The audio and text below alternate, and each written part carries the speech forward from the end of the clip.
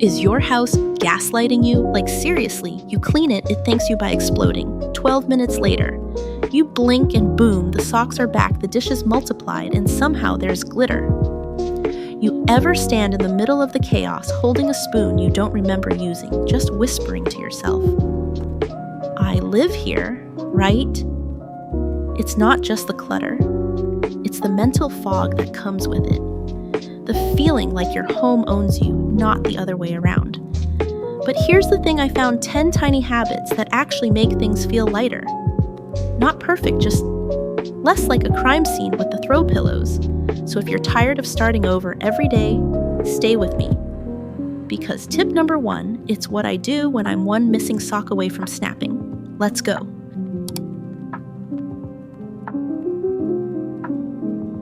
Some days I walk into the kitchen, look around, and immediately regret every decision that led me to this moment.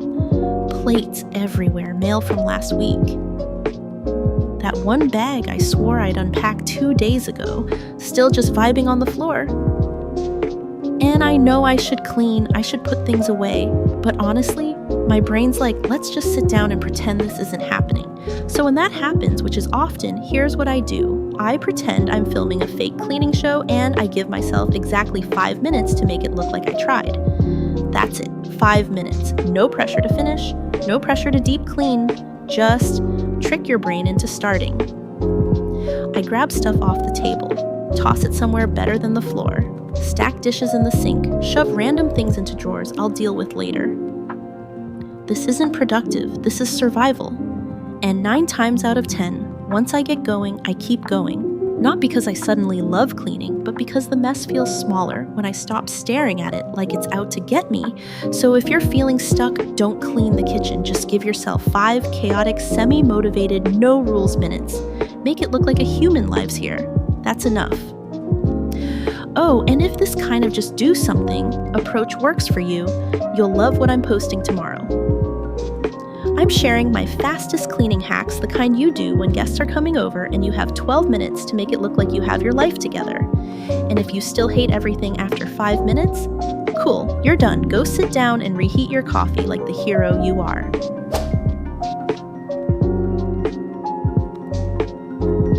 Can I say something a little spicy? Maybe your house isn't messy because you're messy. Maybe it's messy because you just own too much stuff. No offense. I'm talking about me too. One day I looked around and realized I had 5 spatulas. I cook like twice a week. Why do I have a spatula for every emotion? The truth is, clutter sneaks up on us. You buy 1 extra throw blanket, 1 backup curling iron, a few cute mugs because they were on sale. And suddenly you're living in a souvenir shop run by a woman who's always tired. And when you try to clean, forget it. You're not tidying, you're shuffling stuff from one pile to another and calling it progress. So here's the habit that changed everything for me, 1 bag, every week. That's it. It can be trash, donations, stuff to give to your sister because she might want it even though she never does. I don't overthink it. I grab a tote set, a timer for 5 minutes, and go hunting like I'm on a decluttering game show. Once I threw out a whole drawer of Tupperware with no matching lids.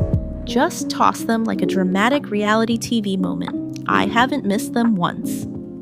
You don't need to go full minimalist. You just need to stop keeping stuff that makes your life harder to clean. Seriously, the less you own, the less you clean. That's math I actually understand. Now, if your brain still resists letting go of things, I've got a trick for that. It involves a box, some tape, and a little bit of denial. Coming up next.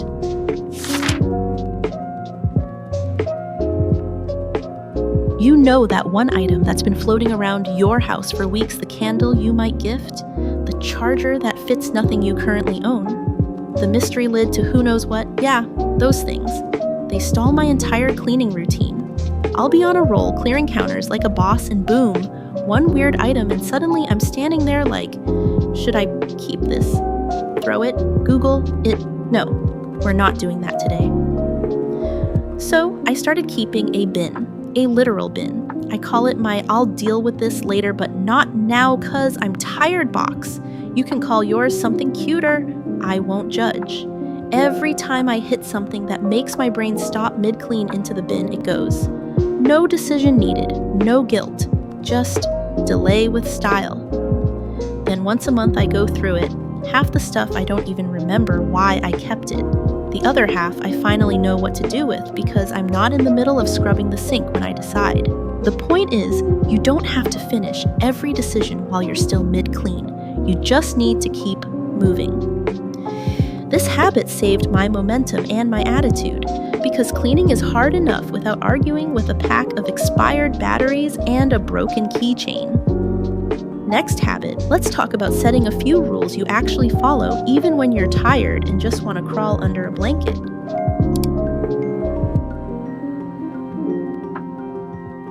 Let me tell you a secret. My entire life got easier when I stopped trying to clean the house and just decided to keep one thing consistently done. That's it. One tiny thing I don't negotiate with myself about even when I'm tired, cranky, or pretending I didn't see the mess. For me, it started with the kitchen sink. Not the whole kitchen, just the dang sink. I told myself, no matter what's going on, this sink will be empty and wiped before bed. And listen, some nights it was the only thing I accomplished. But waking up to a clean sink game changer. You get to pick your own version.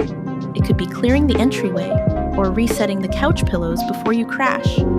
Maybe it's tossing in a load of laundry before coffee. Whatever it is, make it small, visible, and satisfying. Because here's the magic, that one habit.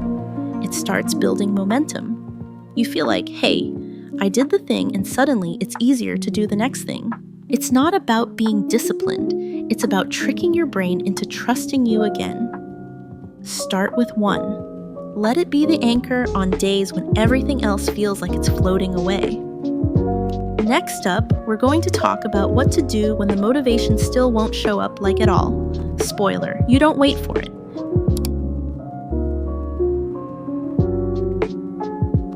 Let me paint a scene. You see the trash bag is full. You think I'll take it out later. Cut to 3 hours later. Now it's overflowing, smells weird, and somehow the bag broke. This, my friend, is why I live by a brutally honest mantra. If I don't feel like doing it now, I definitely won't feel like doing it later.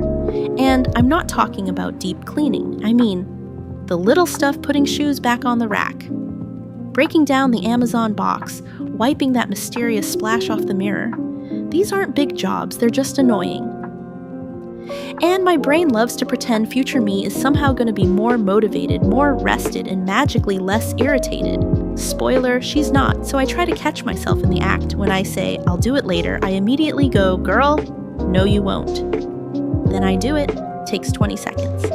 And I instantly feel smug. It's like giving your tomorrow self a tiny high five. And if I really don't want to, I say, okay, just do half. Just start. And weirdly, starting is always harder than finishing. Now, if you're thinking, that sounds great, but I have nowhere to put all this stuff, guess what's next?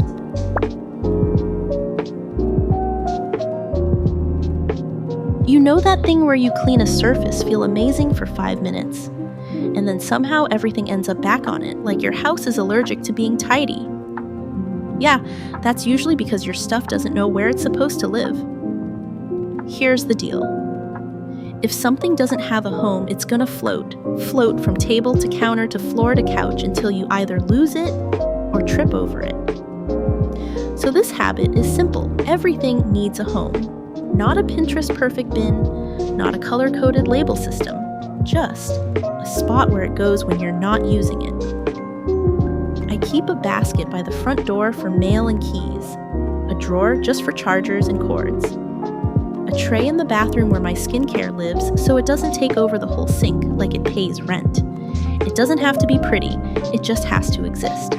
Because once things have a place to go, cleaning turns into a 5-minute reset, not a 2-hour scavenger hunt. Up next, we're ditching the pressure to keep things perfect, and I'm gonna prove to you why done is always better than perfect.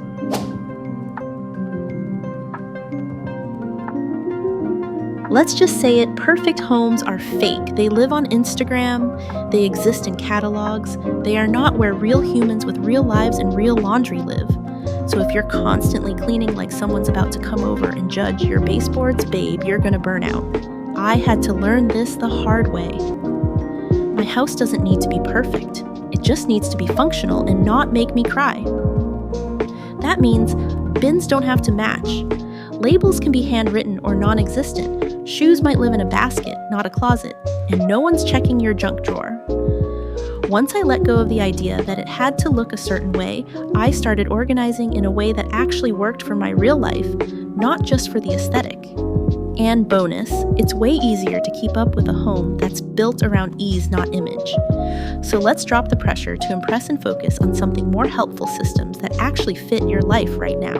Which brings us to the next habit, and it's one of my favorites.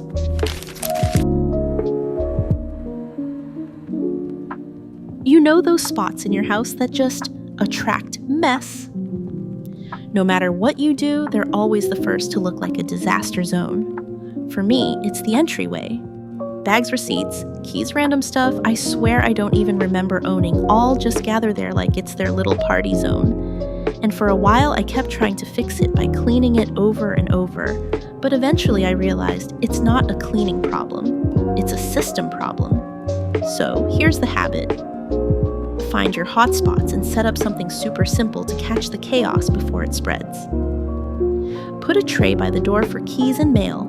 Add a basket by the couch for rogue chargers or random remotes.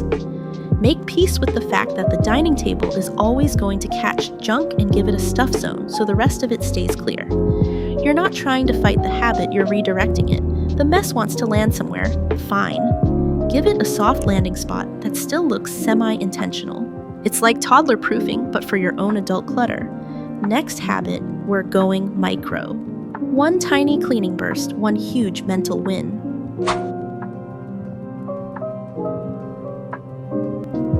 Not every cleanup has to be a whole thing. Like, if I had to deep clean every time I wanted a tidy space, I'd just give up and light a candle to pretend it's cozy. So here's the move. Look for tiny resets you can do in under a minute. Seriously, 1 minute, 60 seconds. That's all. Wipe the bathroom counter while your coffee brews. Toss, throw blankets back on the couch while Netflix loads. Put the shoes away while you're microwaving leftovers. It's not about finishing anything, it's about keeping the mess from snowballing. I call them drive-by cleanups. They're fast, low effort, and weirdly satisfying. And when you stack a few of those throughout your day, you don't get hit with that overwhelming end of day, why does it look like I live in a storage unit moment? Cleaning doesn't have to be dramatic. Sometimes it's just putting one thing back and moving on with your life. Next habit. It's all about staying flexible because life changes and so should your systems.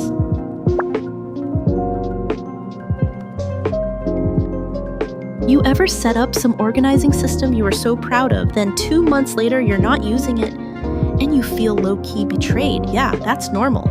Because here's the thing. Your life changes, so your home systems have to change too.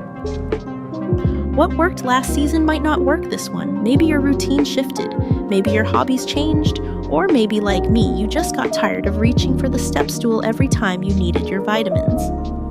So now I check in with my systems regularly, not in a big dramatic way, just a little, is this still working?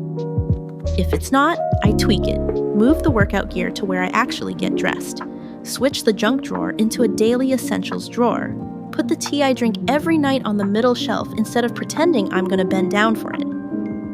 It's not failure, it's just updating your space to match your actual life, not the Pinterest version. The more you let your home evolve with you, the more it starts to feel like support, not a second job.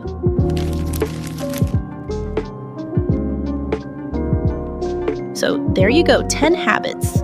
Not 10 rules, not 10 you should be doing this every day or you're a failure things, just tiny doable shifts that actually make life at home feel less like a battle. Because listen, you don't need a whole new house. You don't need to become a different person. You just need a few smart habits that meet you where you are tired, busy, maybe holding a snack in one hand and a laundry basket in the other. Start with one. Let it settle in. Let it work for you. And slowly your home stops feeling like one more thing to survive and starts feeling like a place that helps you breathe. If this video made your brain feel a little lighter, you'll definitely want to check out the next one. I'll link it right here. And hey, if you're into content that's more real life than perfect life, hit that subscribe button. I'll be here trying not to step on a pile of receipts while I film the next one.